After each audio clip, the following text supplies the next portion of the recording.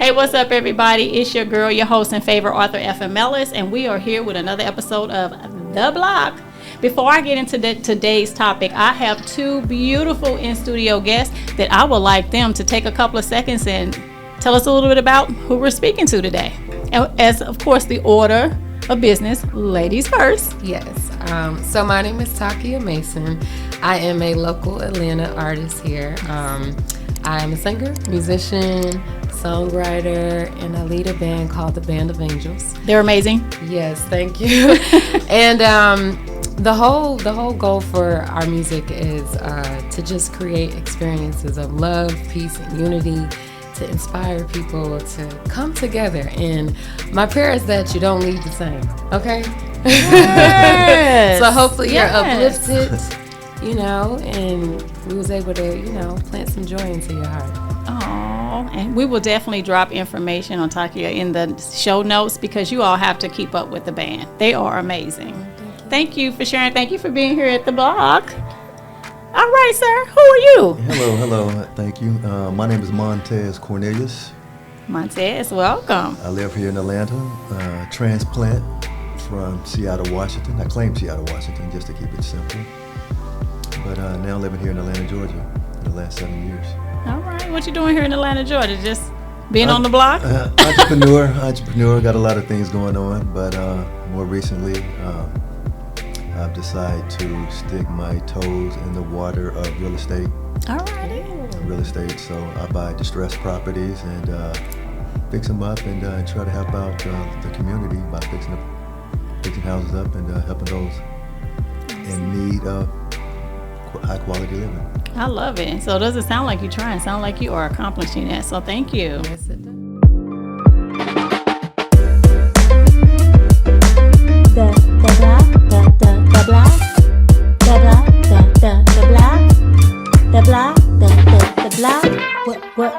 Welcome to the block. So I'm gonna jump right in today's topic. So relationships. And the topic for today is the public effects of our private agreements. And I'll go into detail because that could throw you off. Like, what is this lady talking about? Where is this going?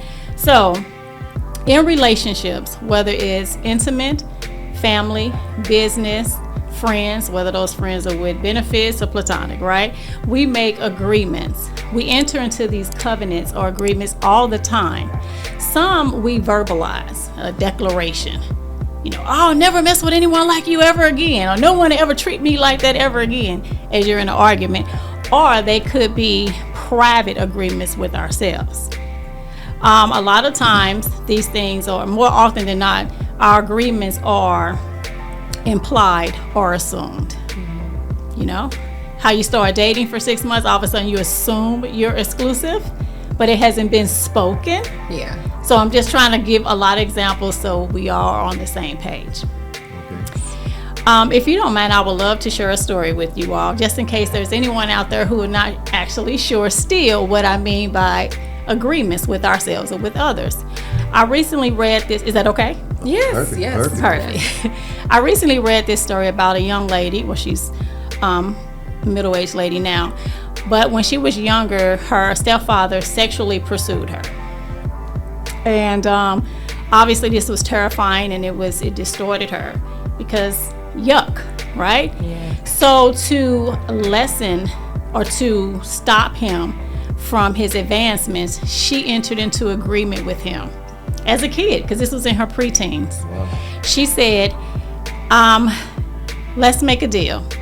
If you leave me alone now, when I turn 25, if you still want me, I will marry you. So, what a heck of an agreement, right? Yeah. So, to her surprise, it worked. So he backed off. Years went on, and her stepfather and her mother divorced, but he still kept in contact with her. Duh, right? But as anyone who was a victim of sexual abuse, harassment, or advancements, she repressed those memories of her stepfather's sexual advances. And she lived her life, and throughout her dating life, she found herself at 24, being proposed to by a gentleman that she dated but did not love. And she hastily accepted his proposal, and they were married. Right before, can you guess when? Yes. When? Right before her stepfather was. Right before, right before her 25th birthday. So throughout the marriage, she didn't speak about how the marriage was, but later in life they did divorce, and she found herself in therapy. And remember, she had repressed all of those memories, and it was brought up to her. She remembered in therapy, she had an aha moment that she married this man that she never loved to avoid fulfilling this agreement with her stepfather years earlier. Can you imagine? So her entire life up until this point was to avoid marrying her stepfather, but in essence she ended up still marrying somebody that she didn't love, so she was missing out, right? She still kind of almost abused herself, forcing herself to be in something that she shouldn't be, right? And the gentleman, because he was an innocent victim, he loved her, he asked her to marry him, right? So my question today is, where in your life, and we're going to focus this first round on agreements with others, whether they were spoken, assumed, or implied. Where have agreements affected your life? Where have they showed up, dictated your actions, your decisions, your intentions? You care to share? Anything pops up for you all? And you all can choose who goes. Just jump right in. Not the eye contact, y'all are so crazy. Go ahead. The first thing that comes to my mind, honestly, when you say that, I mean, because you're speaking about relationships, so of course my mind is going to a relationship. Definitely, I was in a relationship where, thought I was in, what do you call those? Is it when you think you're in a relationship, but you ain't really in a relationship? It's just we doing everything that, people do in a relationship. Yes. Y'all dating. Yeah, it's not exclusive. We're dating, but it's like boyfriend and girlfriend. You want me to be exclusive. You want me to, and it's like maybe it's the unspoken one where it's like we haven't really. It was implied. It was implied that you should be faithful. Yes, that I should be faithful, and it's like I think because I grew up without my father, and so I feel like sometimes when you do that, you can go look for that and fill that void. Yeah, fill that void with someone else. So it's like, well, you're just doing all the other things, but we don't have the title, and you're taking care of me, and you're all that. But of course, we are not together. We are not together. But I feel like I learned a lot about myself in that relationship. Though I feel like. Yes, I learned about, something that was implied, but it wasn't like, he could never make a verbal agreement. And that was the thing. It's like, but then you want me to be here and you want me to do all these different things, but we can't do a verbal agreement. Why is that? And so we're going through the motions, but no commitment. No commitment. So what is that? Okay, I'm gonna go deeper with you. Yeah, let's go deeper. So that's your takeaway on the surface, that I'm in this relationship that I think fills the void for not having my father there, and I'll take it whether we're exclusive, whether we're fiance or boyfriend or girlfriend or husband or wife. But that's not the real agreement. What, if you thought about it, what agreement did you really make with yourself that allowed that person to even enter your space? What agreement did I make? I feel like because that was a season where I didn't really know who I was, so I was just like, maybe the agreement was, this is enough for me, or like he's there, he's doing all these things, and we'll grow to this, and I'm gonna wait this out. I'm gonna be the down chick and all that, and we'll grow to that. Your agreement could have been, I will accept anyone that shows up and stays, because there was an absence. I don't want to say the word anyone. I wouldn't say anyone, but I because will, if you stay and show up. But I think it was the fact that it was a familiar situation. So it already felt like somewhat family and all of that. So it's like, so you all had history. Yes. Okay. So we had history. So I feel like similar to what you're saying, but not just anyone. let me ask you this. So because you have a relationship with your dad now. Absolutely. So in your mind, when you were longing for the relationship with your dad, were you saying, did you have prerequisites for him to get back in your heart? Or was it that if he showed up, you would just give him all of you? I feel like if he showed up, I would just give him all of me. Yeah. Do you feel that how that may have showed up in your relationships, that you made disagreement? Yeah, if you, absolutely. Absolutely. There's no like prerequisites. You get me? If you agree to be here, regardless of what that kind of looks like. Mm-hmm. Just be here. Be here.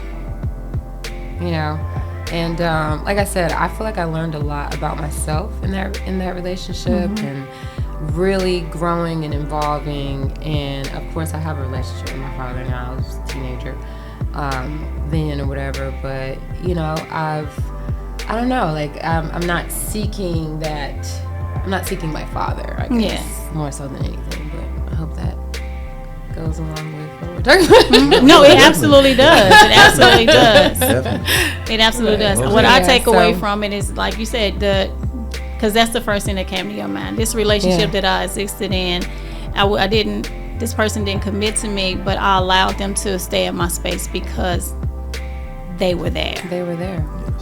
And if you therapists would tell me to do a deep search, and you will identify other areas in life where that is being allowed. Yeah. You know. But we'll return to that. That is some good way to kick it off. Yes. All right, sir. Well, first of all, I have to say that the example that you gave was really, really deep, and it had so many different layers to it. And as I hear you both speak, man, it confuses me even more. I don't know which direction I really need to come from, but I'm going to, at the last second, decide to stay on a lighter, positive side. No, go deeper. You may really change somebody's life if you go ahead and that thing that bubbled up for you. Well, I come from really, really humble beginnings. For those that are interested in getting to know me, I share my life story. Not with everyone, but for certain reasons. But I grew up originally in Ohio. Like I said, humble beginnings. Really, really poor. I grew up in the system to the point where I was actually put up for adoption. And I consider myself blessed because I've had so many people to try to help me out, whether it was through group homes, foster homes. I feel like that always, poured a little bit more into me for certain reasons, because you hear about a lot of the sad stories, where people were not receptive, or they're really hurt by going through the system. Right. Put up for adoption, but I was put up for adoption, and actually it's probably the best thing that ever happened to me in my life as I got older, and I realized no matter how poor you are, no kid wants to be torn away from their parents, from what they know. Right. No matter how poor, you don't know you're poor. Right. So I actually went from Ohio to Seattle, Washington. And when they came to me and told me that there were, and I was actually adopted at a later age than what my siblings were. I'm the oldest of 5.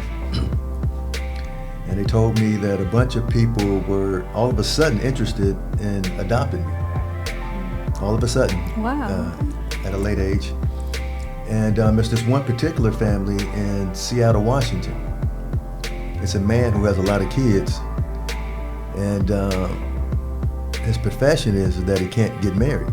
Did you know what profession that is that can't get married? I don't know, is he a priest or something? Yeah. Okay. I think, but he ended up being a priest, and in the back of my mind, I knew my 2 sisters were there, so I'm like, you know what? I'm getting put up for adoption anyway. They don't want me here in Ohio. So one of the agreements to my mom at the time was, I'm coming back and I'm going to keep us together. So I headed out west to a place that I've never heard of, Seattle, Washington. I didn't know where it was on the map. All I knew in the back of my mind is that my 2 sisters were there.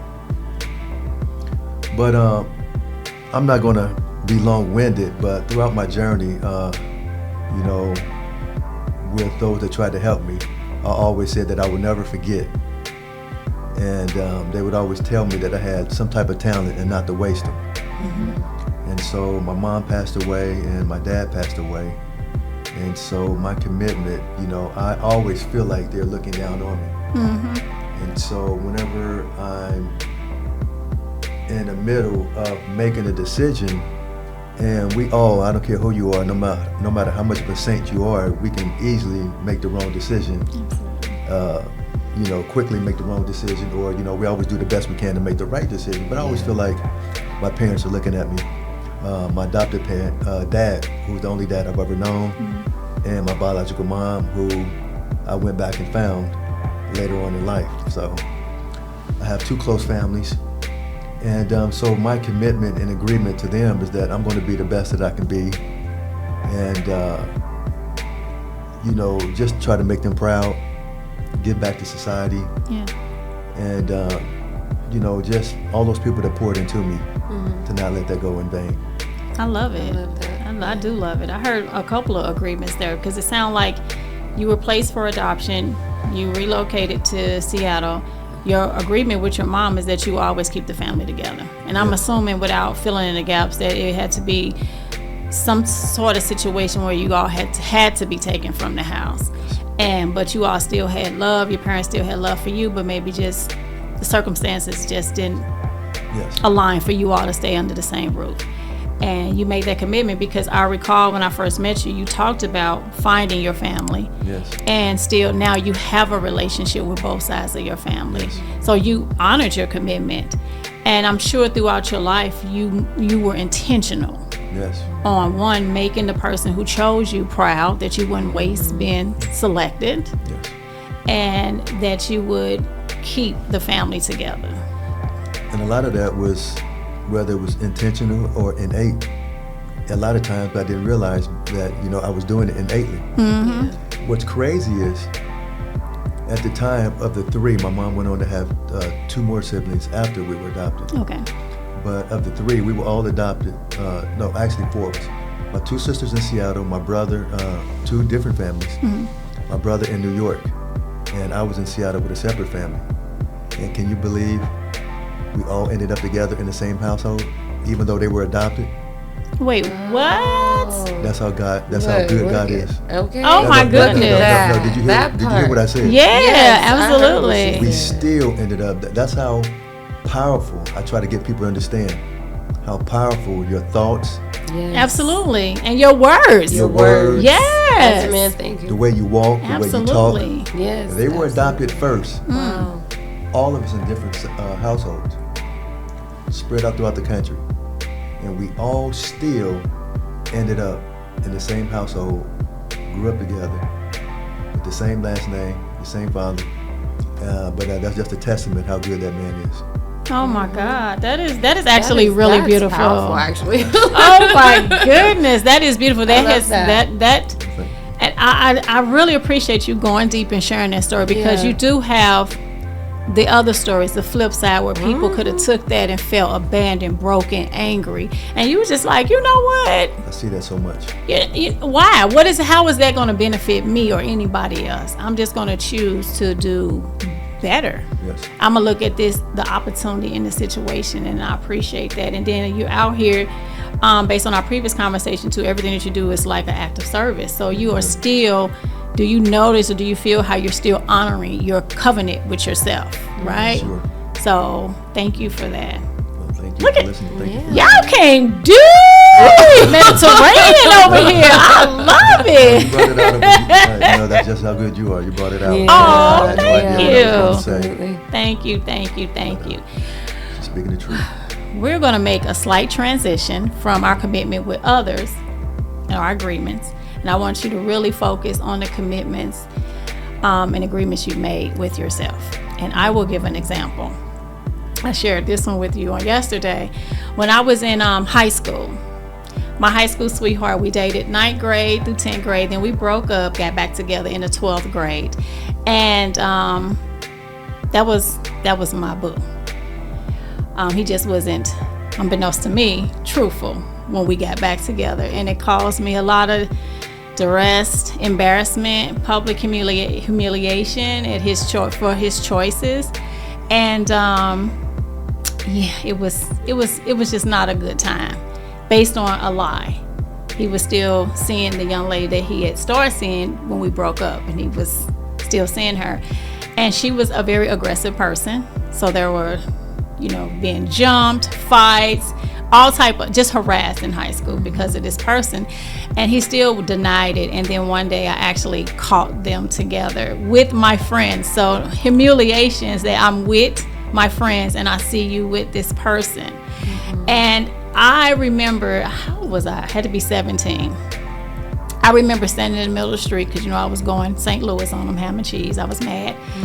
I remember making that commitment to myself as soon as I got back in the car after the drama had subsided, that I would never be faithful or trust a person in a relationship again. And shout out to me. I upheld that promise for more than 20 years, It's just, and it was like a quick declaration to myself. As a kid, why at 17 would I make such a decision? But I mean, it was in the heat of the moment, the adrenaline, the passion, like I'm done. I'm never going to be on this side of this feeling ever again. And I realized how that covenant with myself had me make choices of who I dated, who I went out with, and just really dating with no intentions. Because if you have intention, you have to be a little vulnerable. You have to be, you know what I'm saying? But if you could date surface based on looks, financial support, and fun, etc., who cares, right? But that didn't serve me. It doesn't serve me because at some point you want someone to grow with you and witness your life, right? Instead of having a plethora of unfulfilled. Not saying I didn't have connections with these people. I just didn't have intentions because I couldn't allow myself to get that close. Foolishly. And thank God later on in life I came across a life class and went to therapy, and I was made aware of how I was being in the world. We didn't say the words because of these agreements, but that's what it was. So we go through life and we say things like, I don't trust people, or I'm not cool with commitments. It's just a wall that you put up because you're trying to protect the agreement that you made with yourself. When I say you, I mean me. And how it affected me was just turning down proposals, not being able to really enjoy and be fully present in a relationship. And how you get past that is, first of all, acknowledge it, and then forgive yourself for what could have been or what was lost because of your decisions, your actions based on honoring that agreement. And we'll go forward after you all share, if you have something to share, on how to get past that once you acknowledge that agreement that you made with yourself has not served you quite as well as the previous agreements that we may have made.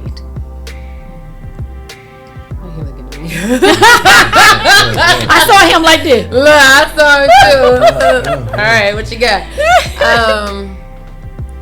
I feel like, well, based on what you were saying in regards to the agreement that you've made to yourself, one that I'm very proud that I made to myself in the area of dating is to date myself.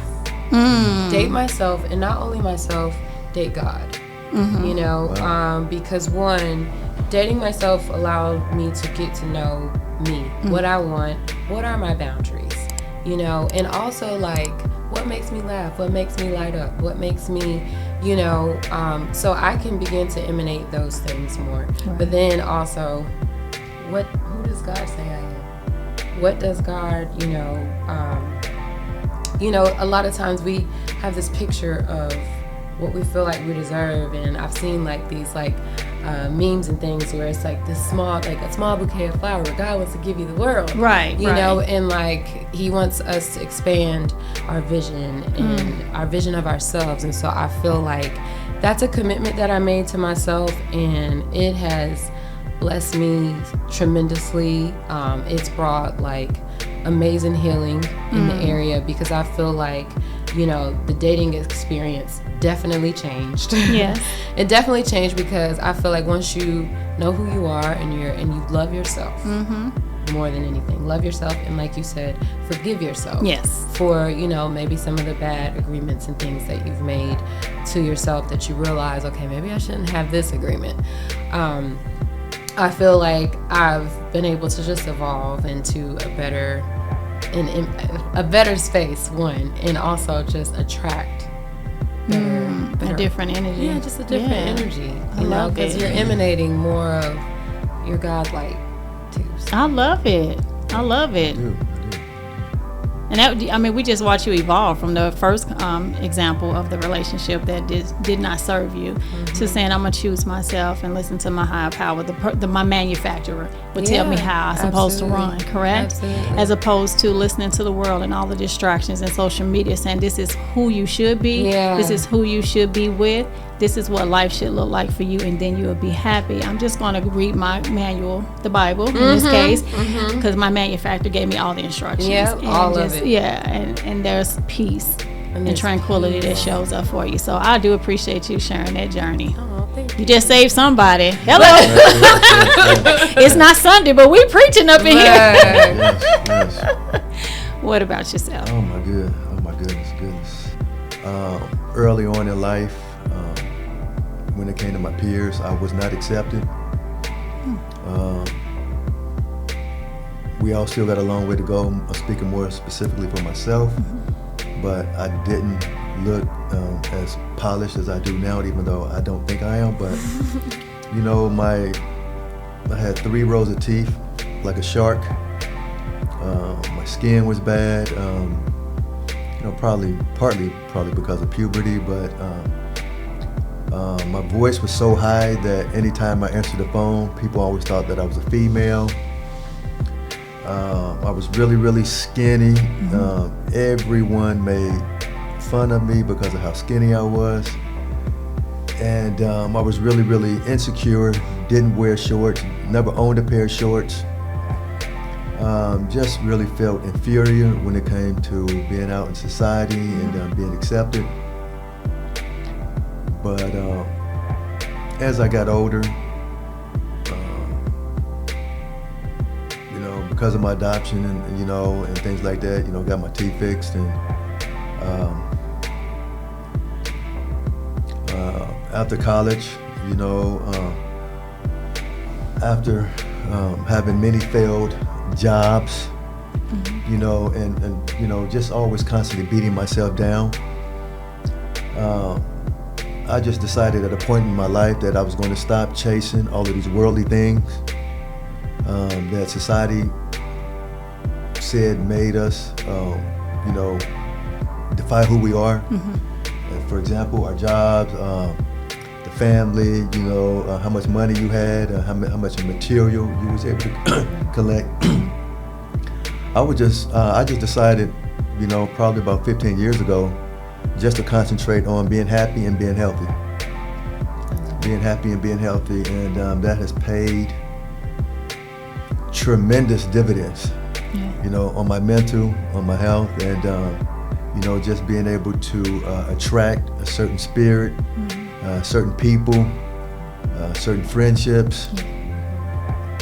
And if you can't add to my spirit, if you can't add to my mental, then Yes.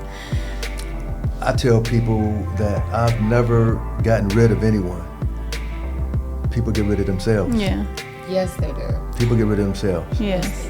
True. And not good enough, or I'm too good. I can never was ever really able to find that Sweet spot. sweet spot. So was that your agreement to yourself, that you were always chasing something, and at some point you just said, I am enough. Yeah, I am. I am enough, and Yeah. I'm exhausted with trying to fit in, because that's really what it sounded like you were trying to do. And it is human to want to be accepted, because we interact, we need each other for some type of interaction, support, Yeah. and validation does feel good, and being accepted and being outcast or bullied really, really is the opposite of being accepted. And it's one thing to not have a lot of friends, but it's another thing to be picked on And so just always trying to like find your footing in life. Yes. I'm glad you tipped over to the side to say, you know what, I'm just going to care a lot less, and I'm just live my life, because at the end of the day, that's all I have. Yes. The things that I made people tell me I need to spend time accumulating and doing and working for, I can't take it with me anyway. So I'm gonna focus on myself, a healthy me, and attracting healthy relationships. And I'm sure, as you said, you're better for it. So real quick, I want to leave you with this. One of the things I discovered, like many of you said, you've gone through therapy. I've gone through many years of different types of therapy, but most of us, or society tells you that there are a few kind of people, and most people have heard and can identify with either the beta male or female, or the alpha male or female. And I had this therapist that said, you know what, Montes, you are something that You don't fall into either one of these. You're a rare breed. Okay. You're a rare breed. And I come to find out, and I've done so much research, and come to find out that I'm really Sigma. Okay. I'm Sigma. So for a lot of, I'm not going to go into detail about that, but for anybody that's interested, and I don't let people know that about me, but I am so Sigma. So people believe in astrology and signs, and that has some validity, but to me, I never really got into that because it's so broad that, you know, it can be any one of us at any point in time. You know, so you can say, even though I'm a Libra, that's where my birthday falls, but, you know, I can look at some of the other things and, you know, that can be me as Different well. characteristics, yeah. But my counselor and therapist helped me to understand that I am Sigma, and I am 1000% Sigma. So he or she gave you your own place. Instead of having you trying to fit into other people's lane, they put a word to it. Yeah, okay. We continuously do what we've always done, whether it works for us or not. Like support those agreements that don't serve us. And I know we all spoke about relationships, but I also want to challenge you to think about the relationship or the agreement you made about money, about wealth, about race, about sex. You know what I'm saying? About religion. In every category, we have made some spoken or implied agreement, and we are actually making decisions, and our actions are to reinforce those covenants that we made with ourselves. You ever heard somebody say, girl, I'm bad with money? Why would you say that? Yeah. So what you're doing is giving yourself a reason or excuse to always be broke. So when people say you don't have, so when people see you living less than what they expect, that's your excuse. Yes. I'm bad with money. Or I'm always late. You know what I'm saying? Yes. Or all men cheat. Yes. Or all women are gold diggers. Attract all of that. Right. Yeah, and I can't trust anyone, or I have to do it by myself. If I want something done right, I have to do it by myself. You literally will have some of the most educated people say these things. Right. Do you understand how different your life will look if we renegotiated these agreements? Wow. So how do we do that? The first thing is you have to sit with yourself and know what agreements you've made. Yeah. Have you gotta have the conversations. Like, get off of social media. Don't log out of this show yet, but I'm just saying once it's over. So self-awareness. When it comes to agreements, this is what I want everyone to do, if you would. This is just information. You can choose to do with it what you choose, right, viewers? Right. Review the agreements that you made with yourself or with someone else. You know, I'm gonna go back to like parenting. It's always easy.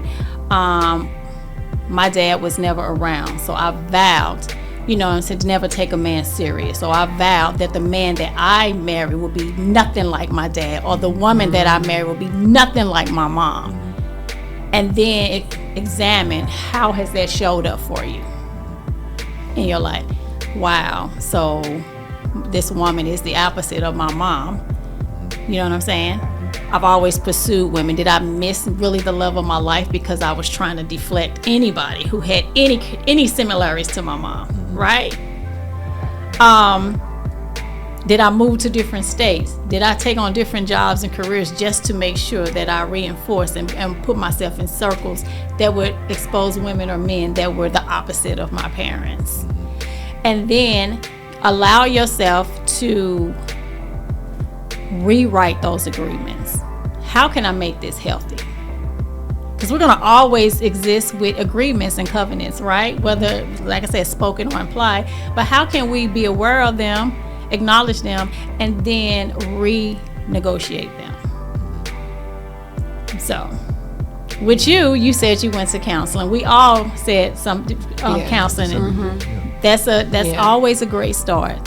One thing counseling does is to help you see who you're being in the world. Because they don't. Counseling, a lot of people think about therapists as you're just sitting on the couch and you're just spilling out your problems. Actually, if you have a good therapist, they're giving you assignments. They're making you do the work so you come up with your own answers. Because we all know when someone tells us to do something, we kind of, we may half at it, or we may like, okay, I don't know. But if we believe we came up with a decision, we may be more excited to act upon it, because we may see where the trajectory. Okay, I can get some different results. Yes. So don't be scared of therapy. Don't be scared of counseling. Some of our agreements are to our detriment. Some of them they serve us. I will not be an unwed mother. I will live in wealth. I will own property. I will be of service. I will, you know what I'm saying? Yes. And then of course there are affirmations. And then you also, and good and bad agreements can exist within one person, right? Yes. Absolutely. I want to be healthy and wealthy, but I also have this toxicity, these bad agreements that I've made about relationships and trusting people. I'm the same person. So all these things are coexisting. And sometimes when we feel like we have success in one area, it makes us ignore other areas that need work, right? Yes. But we don't understand how just putting in the work on those areas that need work will enhance the success in the areas where we are winning. But I'm sorry, you were about to say something. Oh no. Oh, okay. I'm just vibing with you. I'm like, yes. Well, one of the things about counseling, and like you said, they will have you do the work. For example, you can tell me something, and I can repeat back to you exactly what you just told me, and tell you that you need to do this and you need to do that based on what you just told me. And because I told you to do it, you are going to put up some type of blockage to not receive, not hear, not accept. Yeah. But if you can get people to acknowledge what it is, so basically if I said it may or may not be true, but if I can get you to say it, then it's absolute. Absolutely. Yeah, so absolutely. So you just said it's just like little kids. You just make them like, so what would be a better way of doing this? And you challenge them to think of a better way to do this, or a better way to say this, or how could you get a different result? There you go. And it's funny because there's no requirements to be a parent. Right? And a lot of times we're passing down our agreements and our bad behaviors to our kids. So it's not even their agreement, but they're living their lives based on passed down agreements. So if it's not worth it to do the work for you, please let it be worth it to do the work for future generations. Yes. Because we do pass those things along. Yes. Whether we know it or not. We're not using as much of our brain as we think we are. We're always tired, but it's not because we're using brain power. Right. So use it. Challenge yourself to grow and be different. And show up different for other people. It's going to spread. Just like negativity spread, so does positivity. So, is there any agreements today that we individually are trying to adjust? Me, I'm still working on the trusting thing. I'll be 100% transparent. That was a long-held agreement, so I feel like if there's any type of agreement that I feel like I need a little more time to think about. No problem. Think about it, like one that I'm trying to hold right now still. Or just could be, you don't have to let it go. Just how could you rewrite it? How could it show up different? How could you renegotiate something that's not serving you? That you have trust issues, and especially in this day and time, with the way society's set up. I mean, it is hard. I mean, people are letting other people down left and right, the ones that are close to you. I mean, you can't find a good mechanic. You can't find, mechanics are going to get over on you. You can't find a good contractor. Good customer service. Good customer service. As bad, as much as you may want to be in a relationship, as much as you have worked on yourself and you put in the work, and you think that you're ready, and you open up your heart and your mind and your home to someone, and guess what? You meet someone that's not ready, and you know what? We all on some level, at some point in time, have trust issues. Mm-hmm. So constantly working on that, and just trying to give people the benefit of the doubt. And I know that has more to do with me than them, because mm-hmm. everybody deserves a fair chance. Yeah. Mm-hmm. I'm not trust is an earned thing for me. So it's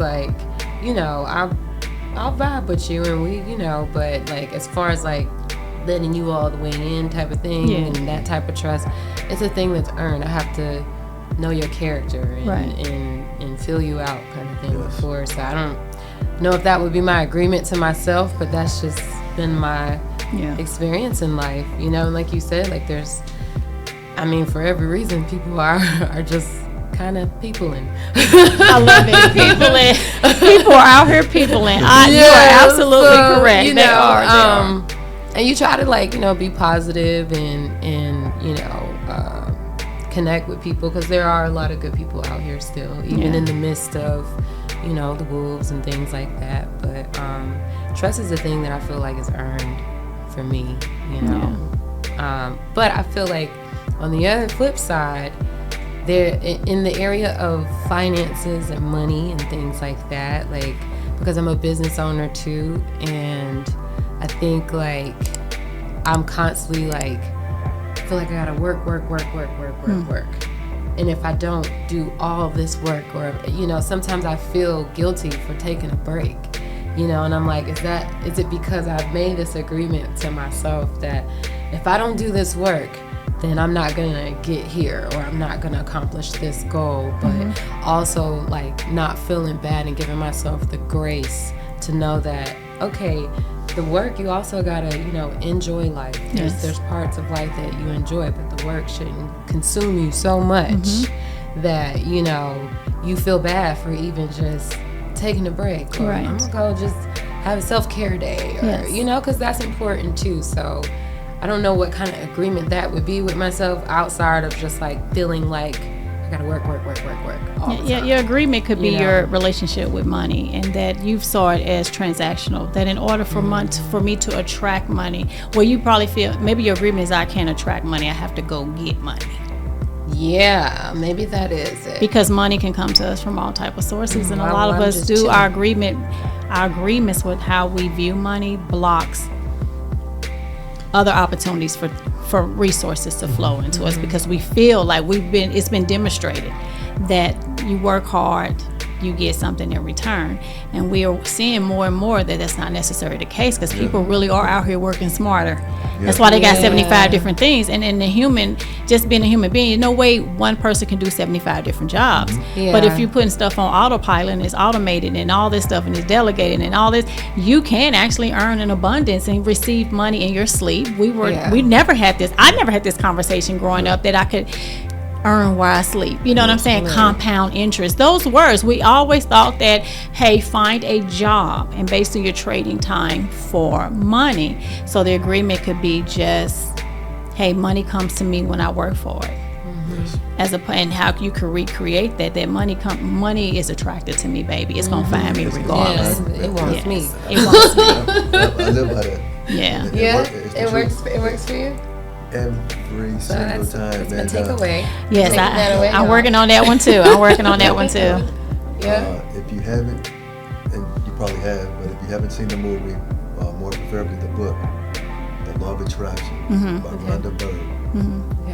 If you watch the movie only once or twice, you haven't watched it at all. Oh, wow. Really? You haven't watched it at all. If you only watch it once or twice, and they even said it within the movie, your life would change before you even finish it the first time. Your life would change forever before you even finish it. Mindset, baby. Mindset. Boy, the mind. It is. It's such a powerful thing, right? It is the most powerful. Mind and words. Yes. And so I'm always very skeptical of people who say they don't like to read. Well, like, so if you can't go to the gym and work out your physical body, how do you think your mental is worked out? It's worked out through challenging, reading, research, and learning, being, you know, overcoming obstacles. That's building that muscle. So, ladies and gents, y'all got some work to do now, but it's all good work. It's gonna pay. It's gonna pay in dividends, right? Absolutely. It's gonna be a great return on your investment to invest in yourself. You will see it spread out. But any last remarks before we close out? Like the benediction, because we've been preaching. No, I think this has really been, you know, something a good topic to be thinking about, and I feel like you said, like just that reminder, that constant reminder of the mind, what we're thinking, what we're speaking, and taking that, you know, self-evaluation time to like, what have I agreed to? Because sometimes we can agree to things that we don't even know. Hey, we've subconsciously made an agreement, and now our subconscious is being the magnet to the manifestation of these things, you know. You just spoke a word there. Yeah, so I feel like my takeaway is really to be like, okay, well, let me look at all the agreements that I made. Let me write some things down. Journaling always. The journaling is for me is just always helps me to like reflect and see, what am I thinking? Where am I at in this season? You know, and okay, why am I thinking this? Yeah, good. The why am I thinking this? And keep it. That's the only way to pull back the layers of the onion, right? Is to continuously ask why. Yeah. Even in business, okay, we do it this way. Why? Because we always did it. Why? Yes. Like people actually will. You will ruffle some feathers if you continuously ask people why, because they don't have the answer. And the answer is because somebody else told you to do it. Yeah. And you're standing on an agreement that was never yours. And you pass it on to me, and now you trying to convince me that I should roll this way, and you can't even definitively tell me why we're doing it. Yeah. Right. This may help somebody, a lot of people, business and all that. Why am I doing what I do? Because there is an agreement, a covenant in place that you were not aware of. Yes. And you today can take charge and have a different trajectory. Yeah. You can rewrite that agreement and let that thing go. Let it go, boo-boo. Absolutely. Constantly. Not being conscious and not putting these things on the back burner. And you know, just like even today was good for me because it brought a lot of these things to the forefront, to the front burner. So you know, you can think about it, you know, and you can constantly be changing and rewriting your covenant with yourself. And they change because we're constantly changing. Yes, absolutely. You are the author of your life. If your story is going off the rails, you have that's why a pencil has an eraser. Yep. You know, you can go over there, erase it, and rewrite it. Or if you wrote it in a Sharpie, so it's permanent ink because it's done, it's in your history, and you can turn a page and write anew. So get to working on making some amendments to those agreements. That's all I have. I just hope you all choose that you know better. I hope you choose to do better and be better. So until next time. Let me remind you, if you have not already taken up residency on the blog, please hit that subscribe button and join the community. We hope today's conversation has been helpful and valuable to you, and that you will please share it as well and like this video. Until next time, I'm your girl, your host, and favorite author, Ellis. Best of life to you all. Peace.